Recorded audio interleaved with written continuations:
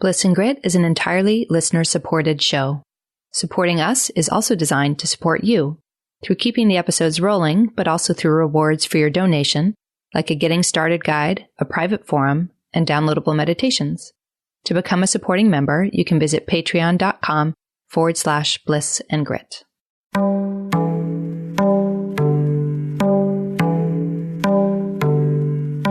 Hello, beautifuls. You're listening to Bliss and Grit. I'm Vanessa Scotto, and I'll be joined soon by my dear friend and co-host, Brooke Thomas. On the show, we're talking about being on the embodied spiritual path. And what does that really mean?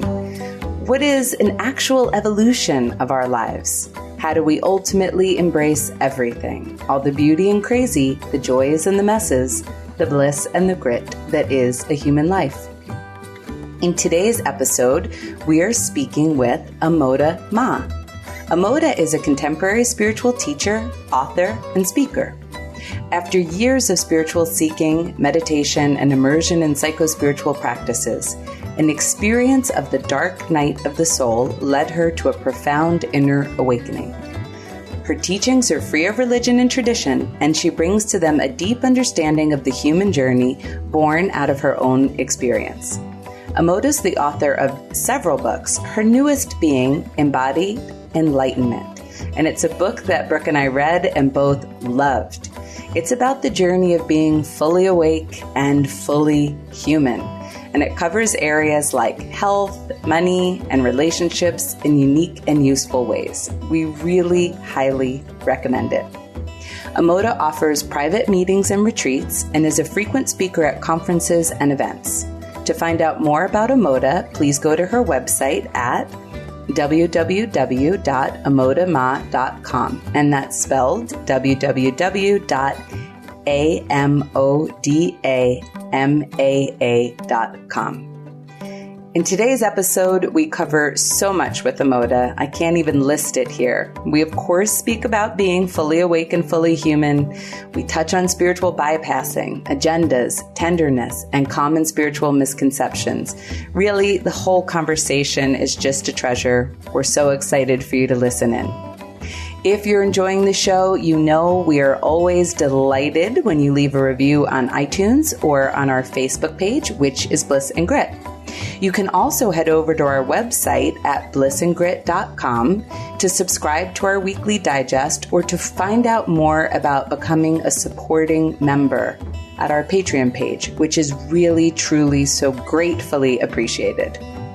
Okay, everyone, here we go. Thank you so much, Amoda, for talking with both of us today. My pleasure.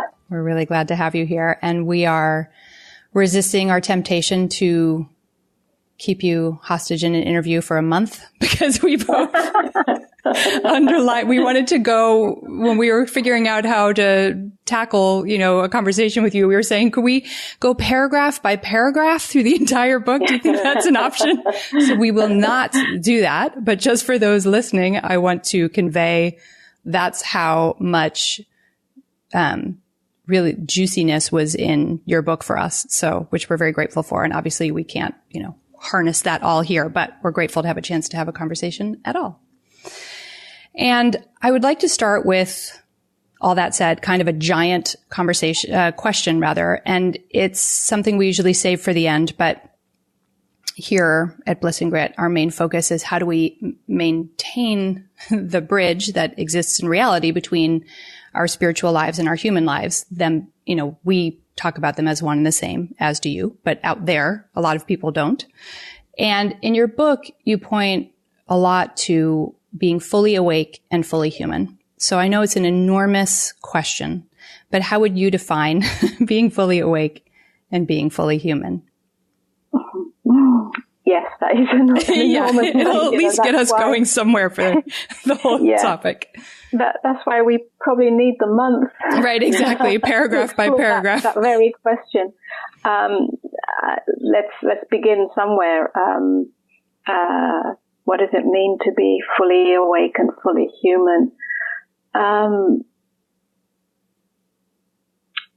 Well, first of all, they're not in opposition to each other, and it's not about balancing both. That's very often the idea that comes up, is that we can be spiritual and follow that as a path or as a practice, but also fully embrace our human lives, and somehow the two are balanced. It's really not about balance. It's about collapsing a whole dichotomy or duality between the two. And I guess the primary thing is to be aware of spiritual bypassing, this wonderful phrase that's now being spoken about more and more, coming into consciousness in spirituality more and more. Spiritual bypassing essentially being using spirituality as a way of avoiding the pain or challenge or bittersweetness of the human experience. And that's primary. And it's amazing in the conversations that I have with people how insidious this belief is. It might not be at the forefront, but in the back, very often it creeps in that somehow following a spiritual path or awakening is going to somehow negate the human experience or make it perfect or make me perfect, so that I don't have to experience anything that challenges me, that triggers me, that touches me deeply. So that's the first part of the conversation about what it means to be fully awake and fully human. Funny, we just did an episode last week on spiritual bypassing. So we are walking in steps. And speaking of John Wellwood, who was the original person to coin the term, I remember when I first started studying with John Wellwood, for those of you who don't know John, he has a background in Buddhism and in psychology. So he had shared that the Buddhists would say that the state of the awakened heart had a term that they called sad joy, all one word. And that if you were really awake, there would be this bittersweet quality that you referred to, where you'd at once be aware that there is suffering, there is decay, there is death and loss, and that everything is so beautiful and so precious and so sacred. And I remember, I don't know, I must have been in my 20s when I started studying with John, and that striking me so hard, because there were other schools at the time that were saying, no, it'll just be bliss. Mm-hmm. You know, it's bliss. Yeah. And so that's right. Even from then you saw that. Yeah, that's right. And I know from my experience too, in the very early days, before awakening, I would really give myself a hard time if I wasn't feeling positive feelings. You know, that this glimpse of immense stillness, of immense vastness, of immense peace, which was so palpable, when it would swing the other way, which was very subtle, where there'd be some kind of unwanted feeling or unwanted thought, I would really beat myself up about that and fall from the spiritual pedestal. And so that pendulum would continue to swing. And it's only when I really saw that mechanism and stopped giving my attention to that a deeper surrender happened. And it really is about surrender of any identification or attachment to how our experience is. Mm-hmm. And in that, something comes to rest. that subtle seeking mechanism that seeks to hold on to any kind of experience because it has an image of what a spiritual life looks like or feels like. And again, it's very subtle, that sneaks in. When all of that is surrendered, then we can really be with what is, with the reality of our experience, however raw, however broken, however, challenging, however terrifying. But somehow that all comes to rest in a deeper peace that accepts it all, accepts the whole breadth and depth of the human experience. But I will say also that very often when I speak about allowing our humanity and embracing the full depth and breadth of that, very often that's translated as an excuse to fall back into reactivity, and if I may call it the matrix of the human condition. So it's not about laziness. It's not about saying, well, you know, if I'm fully awake, I'm just going to accept whatever is, and that means I can be my human conditioned self, yeah? So that I'm, you know, still giving myself to those narratives. It really is about fully waking up and then embracing our humanity. Fully waking up out of the dream of separation and then embracing our humanity. It's interesting. One of the questions that was coming up specifically for you, and I don't know why, because I don't think I've heard you speak about this, but is an exploration around gradual awakening versus spontaneous, and is there such a thing? Because it seems that when I listen to many teachers, there's kind of a moment, like a watershed moment where they wake up from the dream of separation. Yet my experience has been almost like more and more I'm seeing through that dream of separation. And I just wondered if you could share a bit, because it almost seems that the more I accepted my humanness, the more I had the spaciousness to realize truth. And so it seems like it could go on both sides of this equation. Does that make any sense? Yeah, no, absolutely. And it does. It's both. It's gradual and subtle, or it's just gradual. It sort of weaves in and out of both. I know for some people it is gradual. For instance, with Kavi, my partner, my husband, it's been gradual. And there's been a full blooming, if you like, or flowering of that awakeness over time as certain reactive patterns or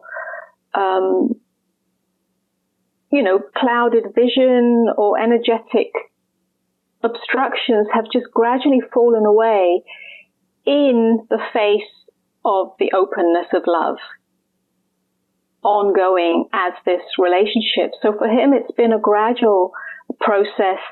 And then there comes a point where one can almost look back and see how that shift has happened.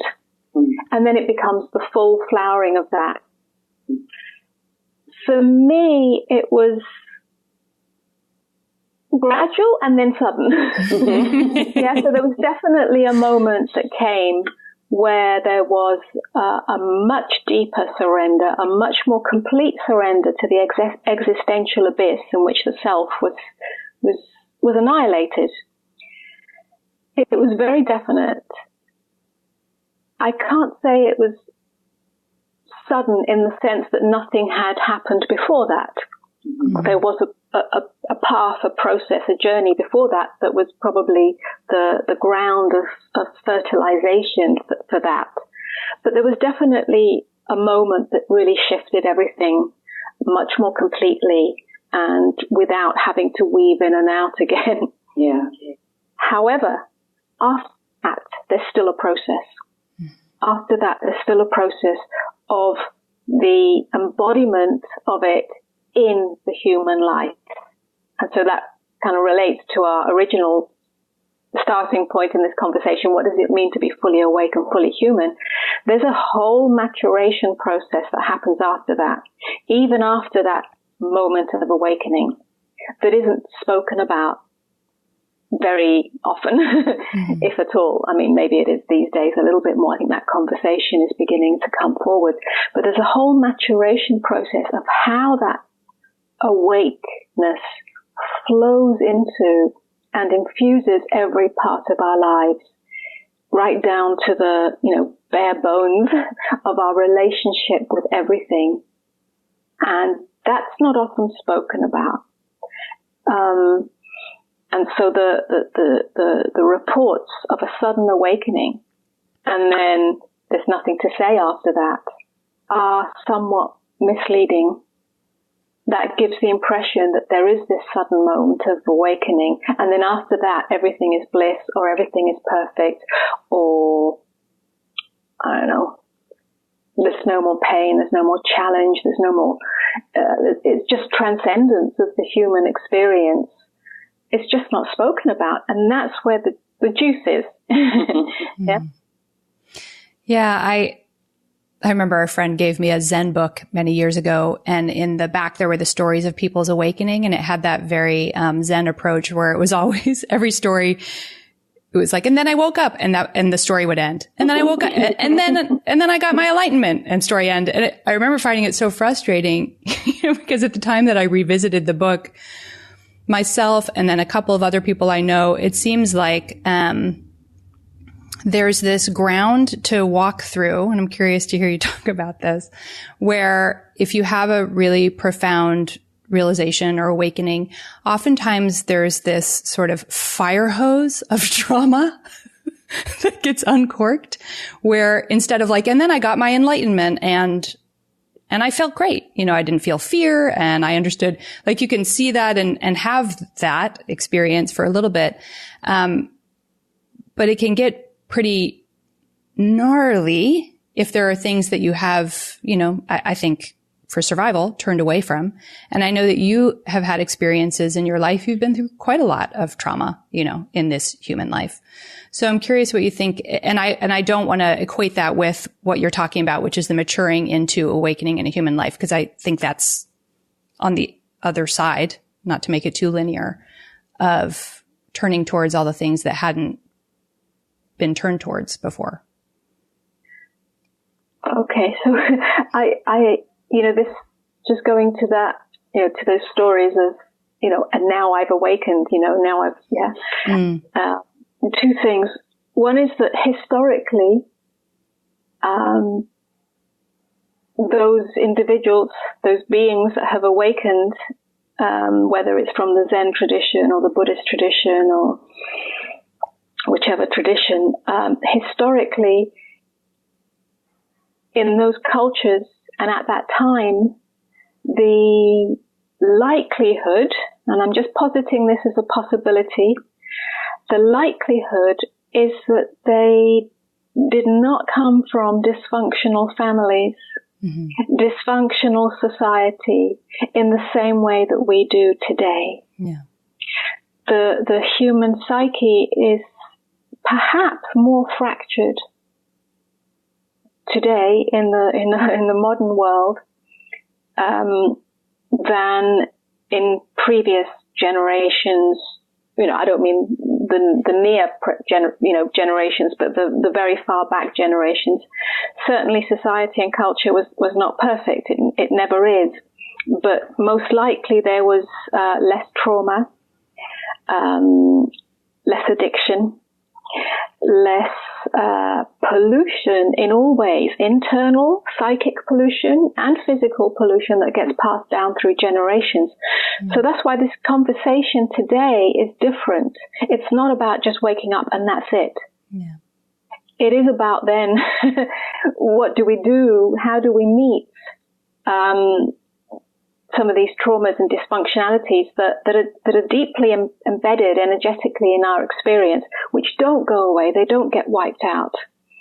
So that's one side. The other side, or the other factor, is that in those cultures, in those difficult times, most often that would be at least reported from a male perspective, and also most probably, not always, from somebody who had renounced the world in some way, or was, living in a way that was not about the marketplace of life. And so that's a very different experience. That's why we're having this conversation, and that's why I wrote the book. It's what happens next in the ordinariness of life. So now I can't remember the other part of your question, Brooke, but it was. Well, I was talking about, I'm kind of off on this other place because I'm curious to hear what you think about the feminine and how that is bringing in this different embodiment. And what I had been talking about before was this, that there seems to be this stage for people who have experienced trauma, which a lot of us, I would say most of us, have some very significant trauma, that there can be this stage where if let's say a lot of veils have been removed or a whole chunk got removed at a certain time, there can be a gnarly stage, we can call it dark night of the soul or what have you, but like where there's meeting, and I'll speak for myself, and I've talked about this on the show before, really intense physical sensations of disgust and shame and like hot burning on the inside and sweat, like there's a lot of really intense energetic stuff. And I know I'm not alone. I'm fortunate to know a lot of people who are going through this process. So it helps me feel less crazy and I get to do this work here. But I think it's important to talk about because it's not just the like, oh, and now, now it's all just God and bliss and, Yes. The process of awakening is very, there's no formula. Mm-hmm.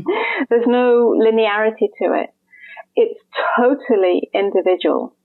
So for each person, there are many factors involved. How much of that meeting of those shadow energies has already happened? That makes a difference mm-hmm. to how then waking up out of the dream of separation is experienced mm-hmm. and reported, and how it manifests in your life, what it looks like, what it feels like, and how it continues.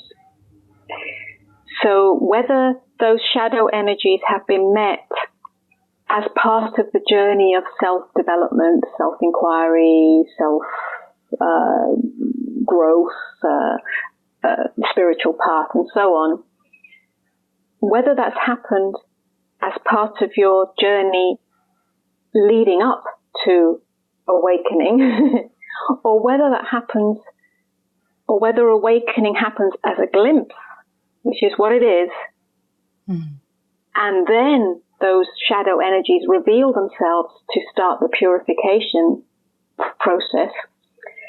Whether it weaves in and out of those mm-hmm. is totally individual. Yeah. When I say awakening, it gets tricky. Or at least initially when I used the word awakening, I meant full awakening. Mm-hmm. I meant awakening when all of those shadow energies had been met. Okay. Where the vessel was clear, where that capacity and willingness to meet everything without flinching. I'm not saying that everything was purified or is purified immediately. I'm just saying the willingness for that and the absolute surrender to that is so complete that there's actually not much left afterwards. It then flows into one's life. It pours in, and there's no weaving in and out of it anymore, which means there's very rarely any energetic symptoms. That's really what I mean by awakening. I've come to realize as time's gone on, and we're speaking with more and more people, that awakening, the word awakening is used in many different ways, mostly as a glimpse of awakening. And when I say a glimpse of awakening, yes, a veil has dropped. And there can be many veils that drop. And then there are more energies, shadow energies that come forwards and energetic symptoms, yeah? Mm-hmm. Whether they're physical, emotional, mental, and that's part of the awakening journey or the awakening process. So I've come to realize that it's both a process and a journey for most people. But so we can use the word awakening to describe that process, a point to that process. But there is a place, and it's not a final destination, although it sounds like it, where one fully wakes up out of the dream of separation. Mm-hmm. And more importantly than that, the surrender is total. Mm-hmm. There is no more resistance. So you, as a self, are not an impediment to the full expression or manifestation of awakeness in the world. And are you referring to like almost when the personal will is completely gone, meaning life can be moving through you, and that there's not this, that the separate self doesn't try to control or manipulate anymore? Yes, that's part of it. Mm-hmm. And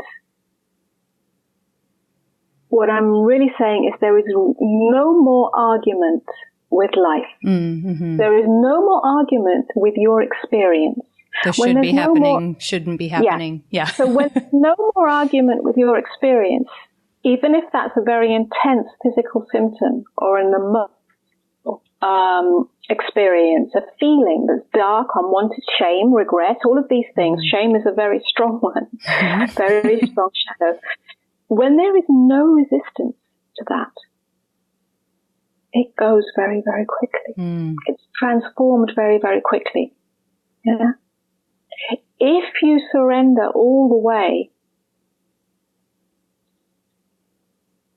you'll come to, or what will be revealed in you, is the fear, the terror of personal annihilation. Mm-hmm. You come to what I call the existential abyss, beyond any personal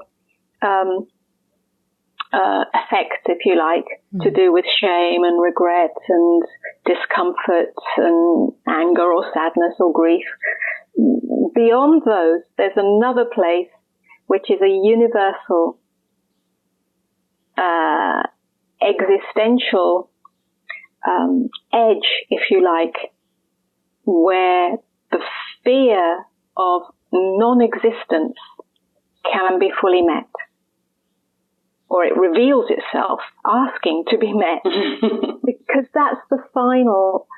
If there is a final, it deepens after that, but that's the final knot, or the main knot of contraction, which has nothing to do with your story and your history and your personality and everything that goes with that, but has to do with the universal condition of humanity being born into form. When that's finally met, and that can only be really met when some of the other personal shadows, energies have been met, then finally this one reveals itself. When this reveals itself, it's the fear of aloneness, that I exist alone in the totality of existence, and the willingness to surrender to that is the end of the self construct. After that, there's no more fear. After that, there's nothing to turn away from. Nothing. After that, there is only openness. It's like a merging with the totality.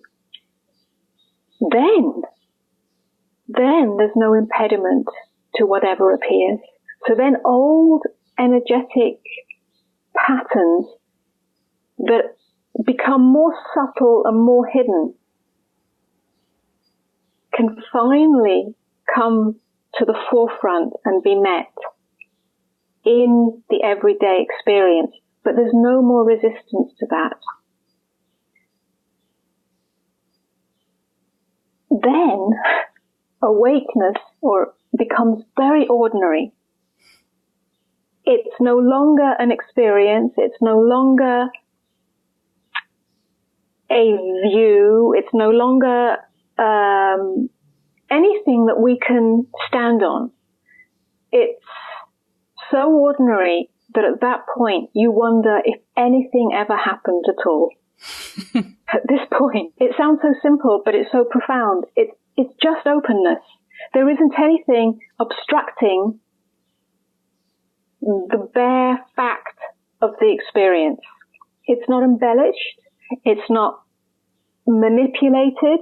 It's not upheld as anything. It's not embraced as anything. It's not rejected as anything. It's absolutely just this. When it's just this, the whole conversation, when we're in danger of collapsing the conversation, the whole conversation of spiritual and not spiritual, of awake and human, comes to an end. Comes to an end. That's what I mean. It's not, being fully awake and fully human is not a balance of two things. They're not, in the end, even that conversation comes to an end. When I saw you in New York recently, an example of this that I thought that really struck me when you said it, you said, when somebody asks me, on one of our breaks or something, how are you enjoying New York? It's a totally irrelevant question. And like when you said that at the moment, I was like, oh, yeah, but I live my life in a way where I'm still in separation. So I get caught up in do I like this? Do I not like this? How's it going? How do I feel about this? What's my experience? And you were describing the seamlessness of everything. Yes. What you're describing is the end of self-referencing.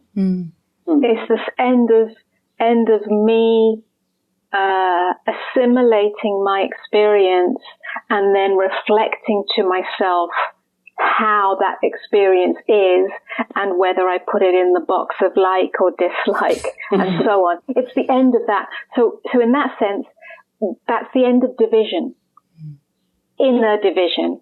And we're saying the same thing in different ways now, or I'm saying the same thing in different ways. It is this openness, this ordinariness, this end of the duality between awake and human is the same as saying as the end of inner division. The end of inner division comes with that you're describing. It doesn't mean we walk around completely, without a mind. Of course, we use that mind when necessary, but we use the mind. The mind doesn't use us. And so experience, most of the time, unless it's absolutely necessary for completing a task, is just that. It's just experience, but it's not self-referenced experience. So yes, the question is, how are you enjoying New York? Is impossible to answer. Right. Impossible to answer because it's not being experienced in that place, which means that everything is alive. Everything. It's like getting off the subway and for the first time in New York, in Manhattan, and the fast pace and the trying to find our way to our hotel or wherever. Everything is alive. None of it is higher or lower than another experience, and then walking in Central Park or, being in satsang. None of it is compared with anything else. It's all really, really alive and right here and not categorized. And yet it's not detached. It's not cold. It's not bland. It's just fully vibrant. Everything is vibrant. So the answer to that question is everything is enjoyed. Even when it's difficult, even when I say difficult, maybe one needs to move fast or there's, you don't know where you are and I don't know. Yeah. I'm loving this conversation and I'm smiling the whole time. what's interesting about having conversations like these is how, A, words can be corrupted, right? So you have to really talk about, what do you mean by awakening? We can have so many projections. And B, how individual, A, the path is, but also where we're at and what we can hear and how we can relate to the material. So I know before I've had certain realizations, I may listen to what you were saying from this very far off place. Like, end of self-referencing? Impossible. But a couple of months back, I stopped experiencing this daily nagging shame that was with me for 40 years. And I never would have thought that was possible. So it can feel closer to me now. Yeah. But depending on where you're at, I imagine you can listen to this and think like, what? Right? How is this even imaginable that I can be without self-referencing? And then you can try to, act as if, et cetera. We know all the taboos because we have people listen to our shows and go, well, I heard you and Brooke say, so I figured I would. And I'm like, oh, wait, no, everyone's different. And medicine can be it wasn't a rule. Right? Yeah. Right. That was for Brooke, but not for you. Yeah. Which is obviously and difficulty, right? Yeah, it is. That's why very often, conversations where, you might ask me, what's your definition of this? Or, anything, even just talking about it in any way, is never accurate. Yeah. It's never really the truth. It's always going to be approached slightly differently. I mean, it's always pointing to the same thing, but the words that we use are really only in context of this conversation and this dynamic and this energetic relationship that's happening, which is why the only place that it's really useful is in when somebody sits in front of me, if you like, and brings forward what it is that they're struggling with or resisting or that's painful or that seems to be in the way of this deepest acceptance, this deepest openness,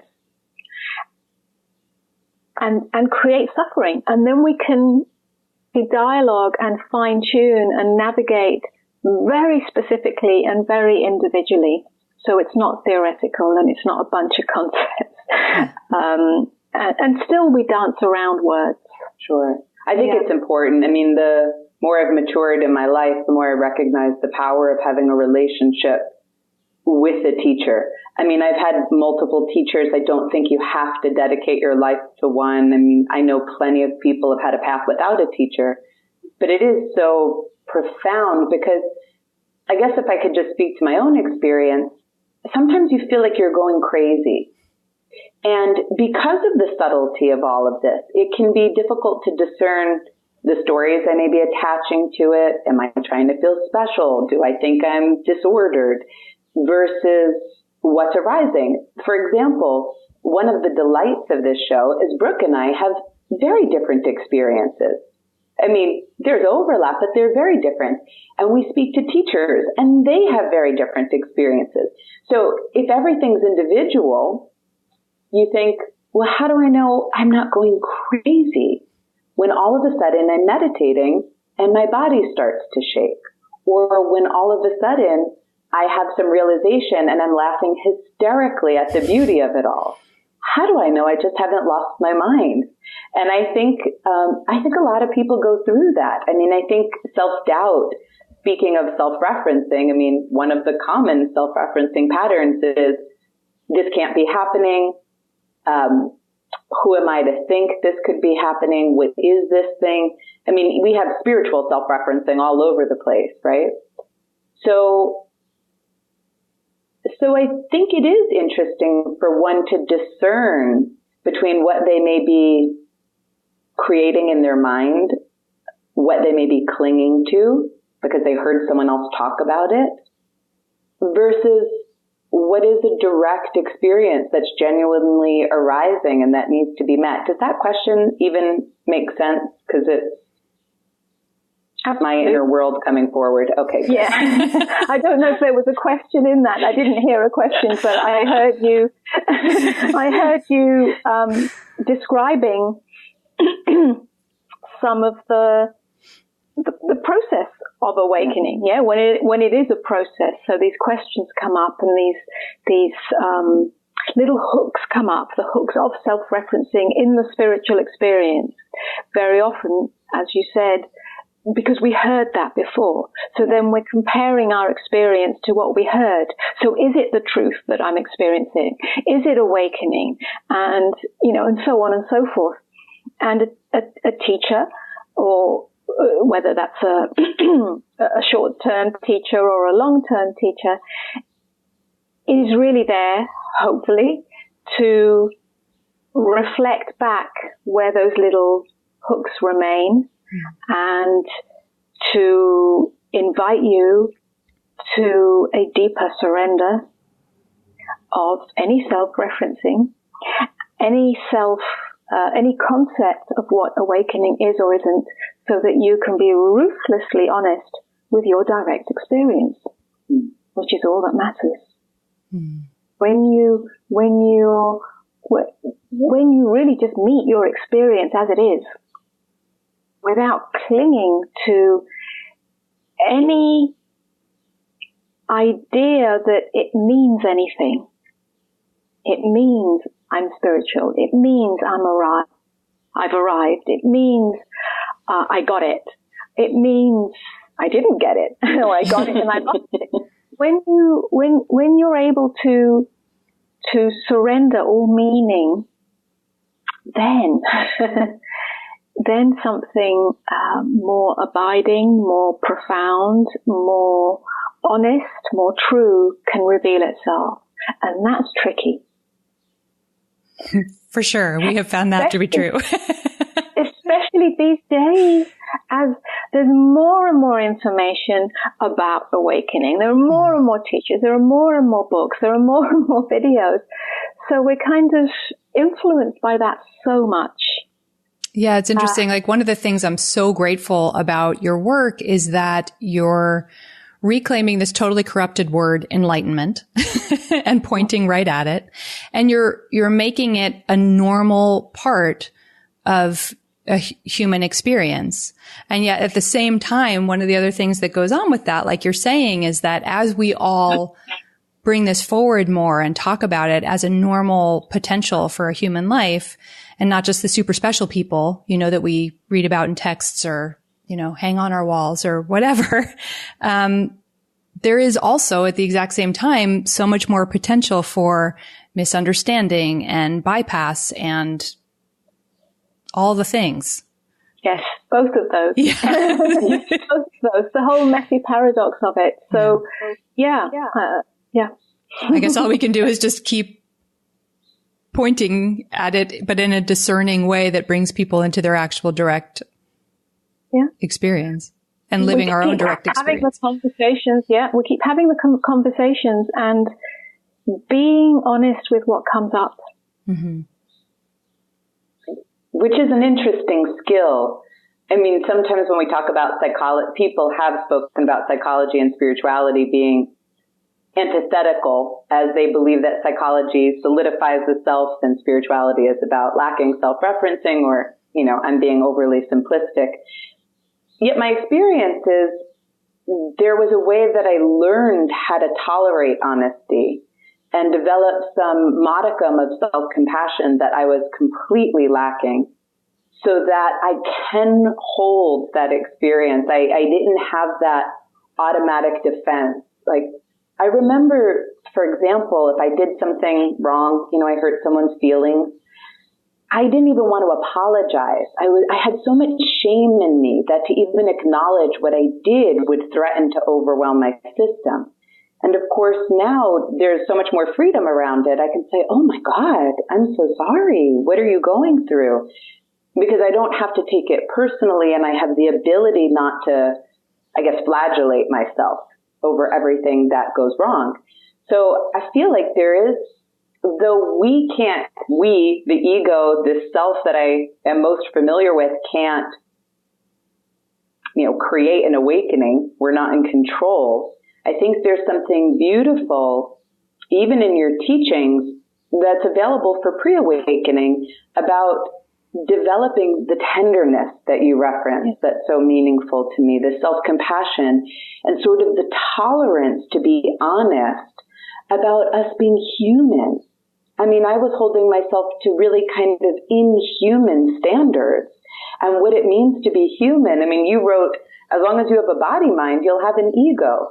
Ah, how relieving, right? We don't have to try not to have an ego to be good or spiritual or, of service to this world. And so I do believe that it's really wonderful to, even now, anyone listening, to begin to relate with tenderness and honesty more so we can receive our direct experience. Absolutely, yeah.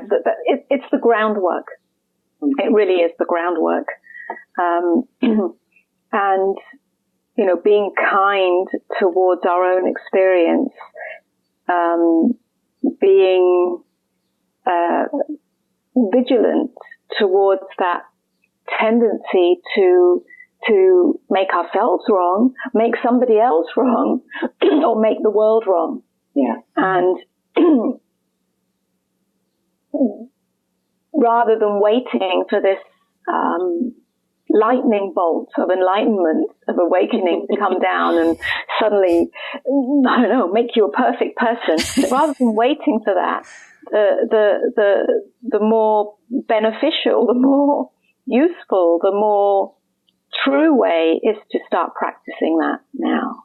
To start practicing that tenderness towards your own experience. Tenderness towards the world, which is your experience. There isn't anything but your experience. And to put down all weapons of war. All weapons of war being the argument with what is. And what is not, is not the circumstances. Most often people think that the acceptance of what is just putting up with the events or circumstances of one's life or of the world or of one's experience. I'm not talking about circumstances. I'm talking about one's experience of those circumstances. So if one is experiencing intense sadness or intense discomfort or intense uncertainty or intense grief, to be really, truly okay with that. It doesn't have to be any other way. To stop fighting that very experience. Because the fight with that, the non-acceptance of one's own experience, is a defense against having one's heart broken wide open by reality, by the earthly experience, which always has suffering in it. So putting down the weapons of war is the end of the argument with our own experience, which is the end of trying to have only a good experience. It's the end of having to be special or good or worthy. It's the end of inner division. And then you can live fully awake and fully ordinary, fully human. There's no obstruction to the full expression of life as it is. That's such a helpful refinement, because I know in myself, and I wrestle with this a lot, and then I see people have questions about, well, they'll put people on the spiritual path in the box of the ones who are just checking out and saying it's okay, and I think that we're in a time the United States. You moved here right before Trump was elected, right? So you got here just in time for the fun. So I'm sure you've seen a lot of us going through, this feeling of helplessness and rage and confusion and despair. And those of us who didn't want him to become president, obviously, there are quite a few who feel really celebratory. And so I think that with this renewal of activism, which is a really beautiful thing, but it's very intriguing because it's like, are we saying that people on a spiritual path are just resigned? Oh, well, just make it okay, which is not at all what you're saying. And then there's a way that we can still do our activism with just creating more noise, right? Because we're not meeting our direct experience. We're not really turning towards the heartbreak. And so I guess, to refine it a little more, like what might that look like for people who are saying, oh, you're just saying to check out and be the spiritual person? No, it's not about checking out. Right. It's about meeting what is without a perspective to stand on. Meeting what is without an opinion to stand on. However righteous that opinion is, however righteous that viewpoint is, however righteous we feel, self-righteous we feel about what's right and what's wrong, as long as that's driving the action, the activism, then it's perpetuating war. Inner war and outer war. It's perpetuating division. So it's tricky and it's subtle, but when we really are willing to see in ourselves, when we can be really honest, ruthlessly self-honest about our self-righteousness, and then our willingness to put down, to surrender that self-righteousness, which is where the real call comes, because we really don't want to do that, especially when we really think we're right and they're wrong, and that we're doing the good thing and they're not. If we're really willing to put that down, even if there's a fear that it means that I'll become helpless, I'll become passive, I'll become uncaring. The challenge is to put down all self-righteousness. However much the narrative, the voice in the head says, but that means that you'll become a victim or helpless or uncaring or the world will never be saved, and and so on and so forth. To actually put that down first and see what happens. When we put down our self-righteousness, it doesn't make us lazy. It doesn't make us passive. It means we see clearly. We see not from a place of me and my perspective, but we see from non-judgment, non-division, non-reactivity, and that gives space for intelligence, true intelligence to come forward, the intelligence of love, which then informs us either to take action or not take action. But it'll come from a different place and it'll probably look different. It certainly will have more power. So another way of saying this, and I like to use this metaphor because it seems to speak to people, is be like a samurai warrior. Stand absolutely poised in stillness, in silence. Move silence, not from inner narrative of what's right and what's wrong, and be ruthlessly honest in that. And if you're not sure, then don't move. Stand as silence, saying stand as openness. And increasingly, that's all I speak about is openness. I no longer talk about awakening as such. I just talk about openness. An openness that has no division in it, no condition in it. So in that sense, it has no self in it. Stand and at the right time, intelligence will inform you to either chop his head off or have your head chopped off. Either way, it's God. To talk about dropping agendas is such an interesting thing. I mean, we did a whole episode on agendas, and I noticed you pointing towards things like that, how we relate to our world with agendas. We certainly show up in our intimate love affairs and in our careers and everything with agendas. And it's so common to us. And I think given that it's so common, maybe now is a good moment to bring the conversation towards tenderness. Because, Amoda, you said something that struck me as just so fascinating. It was in your second interview on Buddha at the Gas Pump. You were talking about the nervous system and how our nervous system over time can become encrusted to reactivity, right? To become more reactive and to create divided states. And we know our ego mind seems to be programmed to perceive a separate self.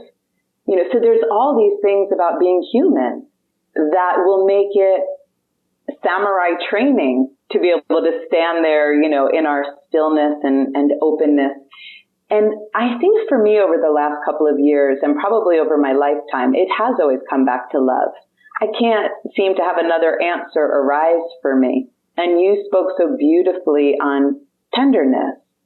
And how might one bring presence and tenderness even to the parts of them that are self-righteous, the parts of them that are loaded with agenda and relationship, so that maybe the stillness maybe will arise more easily?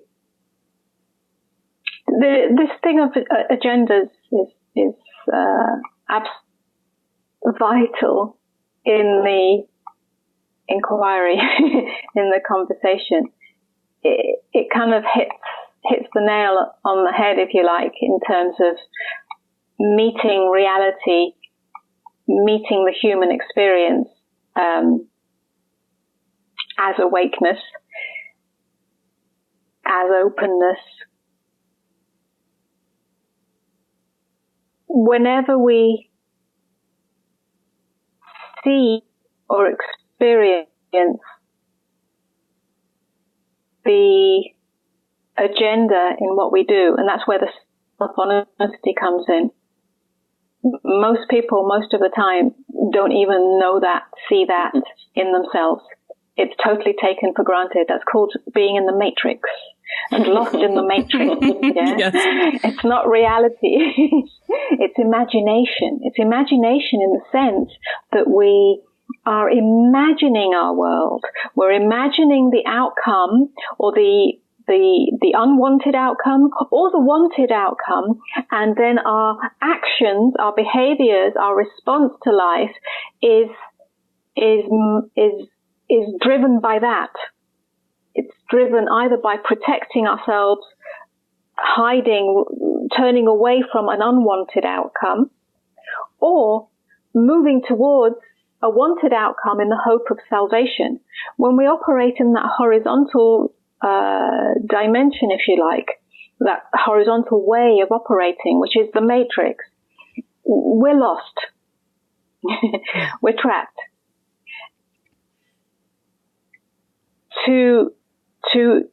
To break out of that is an ongoing process and journey, which requires, first of all, the willingness to be ruthlessly honest with oneself. Well, first of all, it requires just suffering to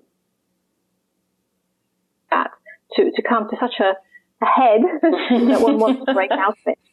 And then the wanting to break out of it leads us to spirituality and the spiritual path and self-inquiry and so on. And then the journey of honesty can begin.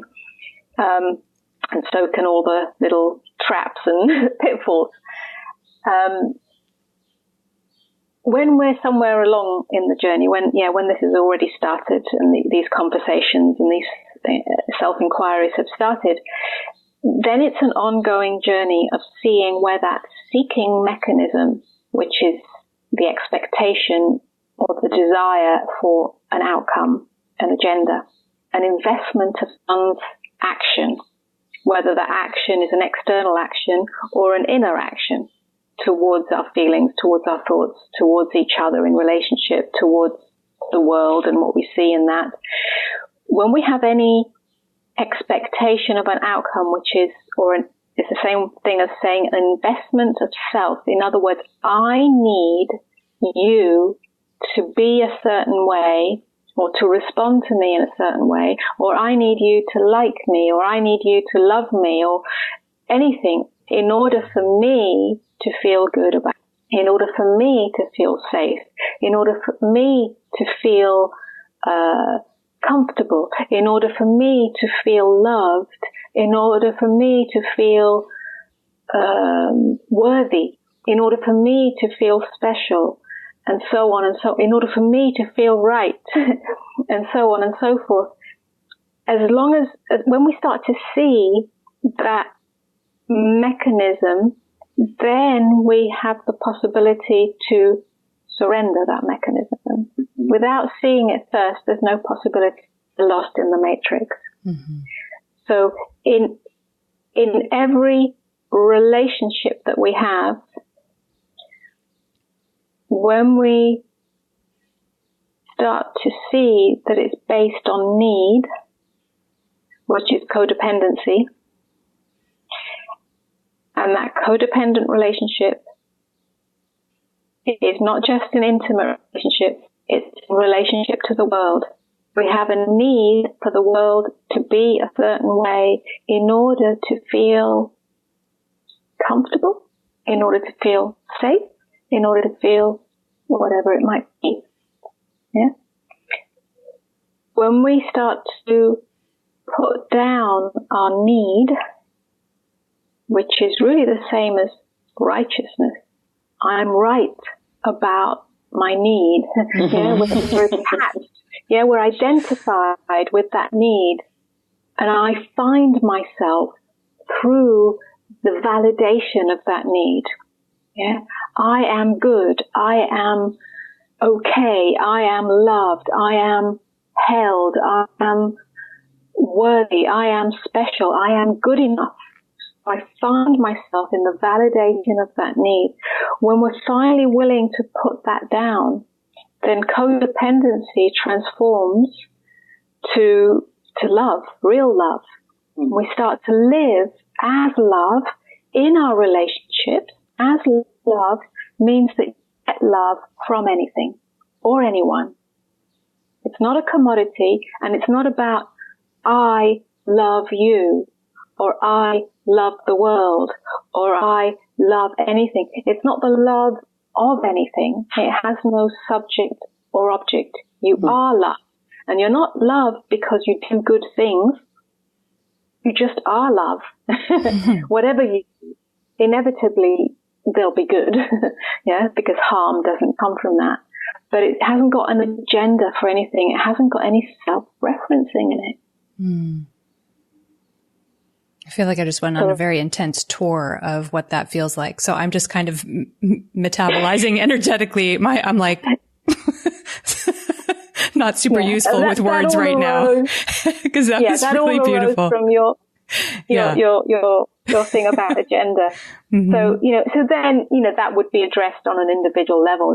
I would invite people to come and be really honest about what their agenda is. When they tell me they're suffering or struggling about something, whether it's the world, which often comes up, and the political situation, the economic situation, the horror of the world, whether it's that or whether it's their personal relationships and there's a struggle in that, or with a son, with a daughter, or, with a parent, with their husband, with their wife, whatever it is, or with their work, whenever somebody comes and tells them about what they're struggling with, we dig deep into what the agenda is. Mm-hmm.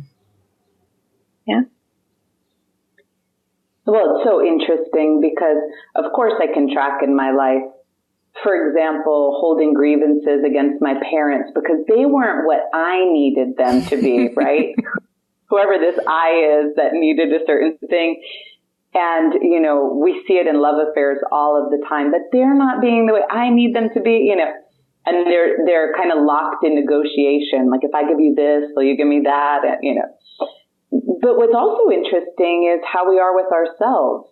I mean, we demand ourselves to be other than we are. We perceive that we need to be other than we are. And we can have the most agenda in this subtle place. For example, Brooke and I will speak a lot about, you know, meeting the part of you, the contraction, like the wound, with tenderness, with warmth, with love, or even just meeting it, just touching it, if that's where you can begin. And what I'll see over and over again, even with listeners who then speak to me after, is they do it, but even as they do it, they're like, all right, listen, I'm going to meet you with love, but, you know, here's the deal. When are you going to stop? Right? Here's the agreement we have. Right. I'm coming to you nicely, but like, quit it. Right. So that's how embedded it can be in our human patterning and how common. And it seems to me such a great place to begin an inquiry is even how you show up in relationship to yourself. Absolutely. Yeah, absolutely. That is often what happens, and especially on the spiritual path, the spiritual quest. If I surrender, or if I meet this, or if I, whatever it is, then will it all be okay? Yeah. Right. I actually have, I can't believe it, right in front of me, a quote, because my brain hasn't been working for all the questions we wrote in advance, but that speaks to this from your book, obviously. The acquisition of psychological and spiritual tools for fixing yourself and getting what you want in order to feel better about yourself is a huge error of attention. And we've been talking about that huge error of attention. And we've been talking about redirecting the attention, but I just wonder if we could maybe, you know, go into that a little more, like what might be a deeper place to direct our awareness or our attention, as opposed to this, if I do this or get this, then I will feel better or finally be at home in the world, or whatever the thoughts are. Yeah. So let's rephrase that in the sense that it's not really about redirecting your attention, but more about falling into the unknown. Mm-hmm. In the moment, or in the awareness that I'm giving my attention to the agenda, to what I need, to the accumulation of good feelings, good experiences, and so on, so that I can feel better about myself or feel good about myself. When that's been seen, yeah, when that's been, you know, you get close to that, and then it's like, well, okay, so now what? What can I do instead? It's not so much where can my attention go. It's more that in that seeing, if you all are listening, she showed a beautifully open hand. I have no words for it. Yeah, mm-hmm. I can put some words on it, yeah. But you know, that's what surrender is. Mm-hmm. Yeah, the seeing of the agenda. When I say seeing, I mean it happens energetically. It's an energetic experience. You don't see it with your eyes. You feel it, and you don't feel it with your emotions. It's just an energetic experience. Whenever there's an agenda for an outcome, whenever there's need for self, if you become fine-tuned to it or sensitive to that, either through practice or because that starts to happen more and more because your honesty, your self-honesty has become priority in your life, and it starts to become the main operating system. Yeah, you feel, you sense, let's say, you taste the texture of a subtle contraction, a subtle resistance to the unknown unfoldment of life, because it's unknown. So the expectation and the agenda attempts to keep things known, to keep your experience known, which means that you have a safety net, the safety net of expectation, the safety net of hope for salvation. If I do this, then I'll get this, and then I'll feel good about myself, or whatever it is. Yeah, good enough. That's all a safety net. It's a mental safety net. When you see that and are willing to live without a safety net, then this subtle closure, this subtle resistance, this subtle contraction, this subtle argument with what is, because that's what it is, relaxes, and you start to live as the open hand that has no agenda, that has no expectation. And the closest we can get to describing it, it's like falling. It's a moment-to-moment falling into unknownness as openness. It's so innocent. It's so pure. It's so unencumbered by personal agenda or any agenda. We don't even have to call it personal agenda, full stop. That it meets reality nakedly as it is without self-referencing. Actually, very ordinary. It's like a baby. That's what a baby does.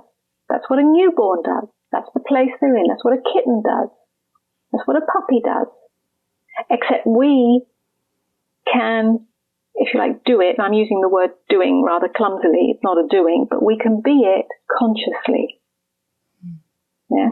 A newborn is not conscious of that. A kitten is not conscious of that. We are conscious of that openness. Not in a self-referencing way, but consciousness is aware of itself as that openness. And that makes all the difference. As you were talking, wow. I was catching myself. I'm just going to out myself here because it's so funny and I don't think I'm alone, listening and going, oh yeah, after we finish this conversation, you know what I'm going to do? I'm going to go on a hike with no agenda and I'm going to just live as open. So I'm like, as you're describing it, I'm having agenda about the experience, the great experience I'm going to deliver to myself. After we're done, it's just, no it's agenda. So funny. The agenda of no agenda. To catch the, and the way it layers it. Oh, good. I'm going to go get it right in the woods in this very romantic way. After we get off, it is so funny though, to see all those movements of it. And how it just like. So go and do that in the woods. It's a great practice. Mm-hmm. And the reason that you're having that thought is because you actually know what it feels like. Mm-hmm. You know it. We all know it. It's our innocent state. It's who we already are as openness. So then it's almost like we're just remembering it, and you remember it when you're in nature. Yeah, it's much closer then. So by all means, do that, practice that, be that. And then be that as you're sitting here. Right. Be that as everything takes place in the marketplace of life. Mm-hmm. Yeah. Be that open then. That's where it counts. That's the juice. Yeah. I know we have to wrap up. Boy, do we hope maybe we'll get a part 2. I mean, you all listening will just have to read her book for part 2 for now.